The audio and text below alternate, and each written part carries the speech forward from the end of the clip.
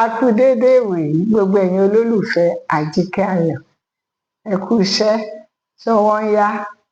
A tún fẹ́ sọ̀rọ̀ lórí àwọ̀ lónìí, kọ́lọ̀ tá à ń pè ní àwọ̀. Lẹ́tà mẹ́ta péré ni a, wí, ọ̀, àwọ̀. Ó jẹ́ àmì ìsàlẹ̀ dòdò.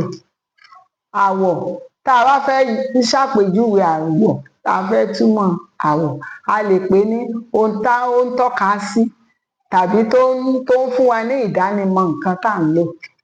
Àwọ̀ nìyẹn. Àwọ̀ lè fún wa ní ìdánimọ̀ èèyàn, ìdánimọ̀ nǹkan tá à ń lò bí àpẹẹrẹ ife funfun, ife pupa, ilé tó rẹwà tí wọ́n kùn ní àwọ̀ funfun, oríṣiríṣi bẹ́ẹ̀ yẹn òun ni a lè fi àwọ̀ tọ́ka sí.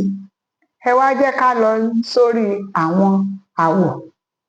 Àwọ̀ yìí a ní primary colour, èyí tó jẹ́ ìbẹ̀rẹ̀ pẹ̀pẹ̀ àwọ̀. Àwọn yẹn pín sí ọ̀nà mẹ́ta. Ìyẹn ni àwọ̀ pupa, àwọ̀ òféèfèé, àwọ̀ olómi aró. Àwọ̀ pupa yìí ni à ń pè ní red. Àwọ̀ òféèfèé òun là ń pè ní yellow. Àwọ̀ olómi aró là ń pè ní blue. Àwọn yìí ni primary colour ní làwọn olóyìnbó ń pè.